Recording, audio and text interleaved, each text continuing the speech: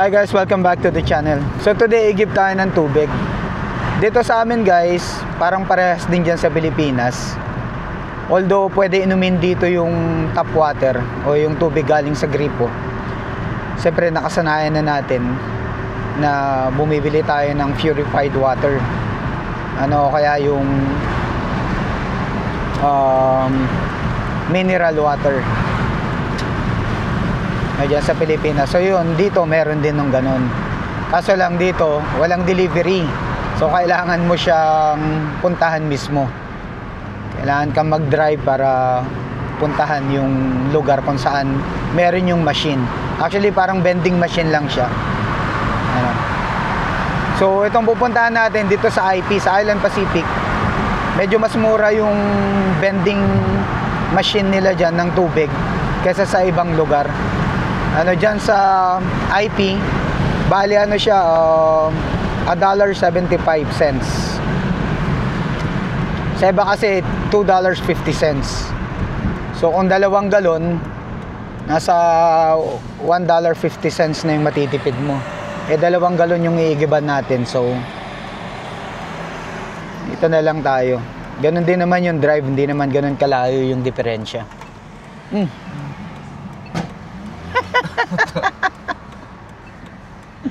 Bumukas yung pintuan niya eh, no?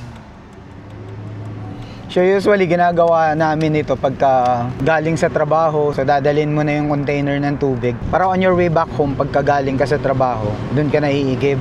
So usually ganun ang ginagawa para tipid sa gas. Siyempre guys, dito sa lahat ng pagtitipid na pwede mong gawin, yan, gagawin mo para at least yung gastos mo o yung budget mo pasok sa monthly. Siyempre. Okay guys, andito na tayo sa Island Pacific. Naunahan pa tayo ni tatay, oh. Okay, so yan yung Pure Ice plus water station. Ay, dito tayo kumukuha ng tubig guys. Okay, so dito yung 1 gallon 35 cents, 3 gallon $1.5, yung 5 gallons which is this one $1.75. So mas mura dito.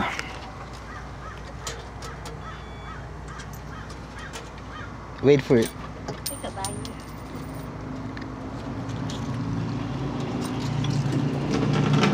Ayan, ganyan lang.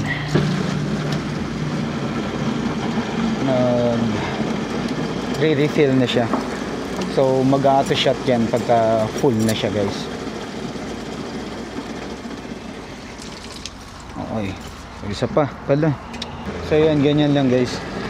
So dito yan guys sa sa Island Pacific mismo. And by the way, meron pala ditong recycling na area. Pwede kang magdala ng mga plastic o kaya yung mga cans guys na recyclable. Yun, dyan namin siya dinadala. Pagdikit dito, no? Dikitin natin.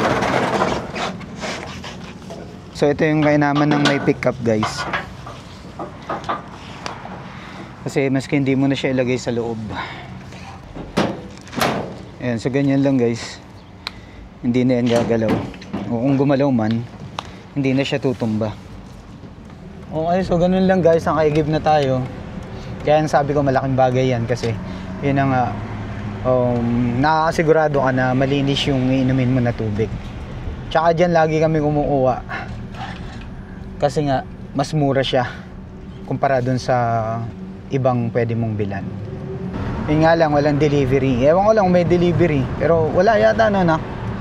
So walang delivery dito, hindi katulad dyan sa atin na mas convenient kasi nga pagka nabusan ka ng tubig, text mo lang yung water station, pwede na nilang i-deliver sa'yo, diba? Okay guys, so next stop natin, papunta tayo sa Walmart. So doon sa mga hindi nakakalam, itong Walmart guys, dito sa amin, ito yung pinaka SM namin. So dyan may department store, tapos merong mga home and appliance, yung mga maliliit na appliance, pwede mo dyan makita. So yun yung sasadyain natin. Bali, kailangan namin bumili ng water dispenser. So yan guys, merong home and pharmacy, groceries, so majority ng kailangan mo pambahay nandito talaga. Yun nga, parang SM siya.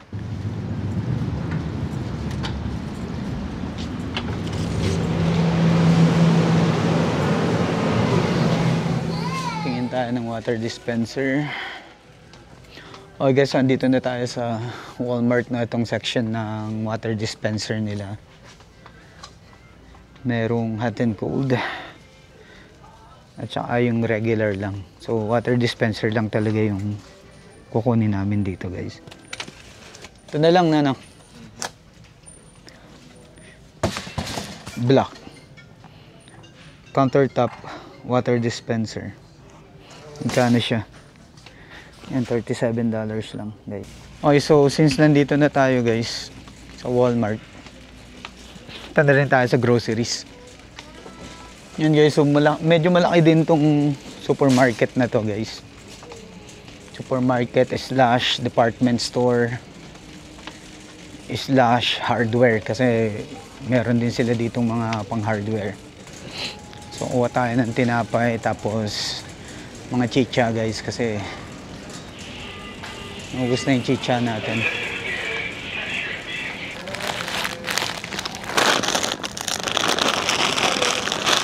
Ito guys, masarap to. Itong chicharon nila na Max. Medyo mahal pero masarap yan guys. Tapos dito guys, meron silang rotisserie. Ayan, lechon manok, lemon pepper flavor tsaka traditional. Ito lagi yung inuuha ko, lemon pepper. Ito tayo ng isa. Okay guys, so mamimili lang kami sandali tapos larga na kami dito. Meron pang ibang mga bilihan dito na parang ganyan din, pero may mga membership na katulad ng Sam's, Costco. Sabi nila mas mura yung mga bilihin dun, pero para sa akin parang scam lang yun eh. Kailangan ng membership para makabili dun. Yung bilihin din naman din ganun kalaki yung diferensya. Okay guys, so ganun lang ang buhay dito. No, kailangan mo lang talaga magtiyaga. Tsaka dito talaga importante, marunong ka mag-drive. Tsaka meron kang sasakyan.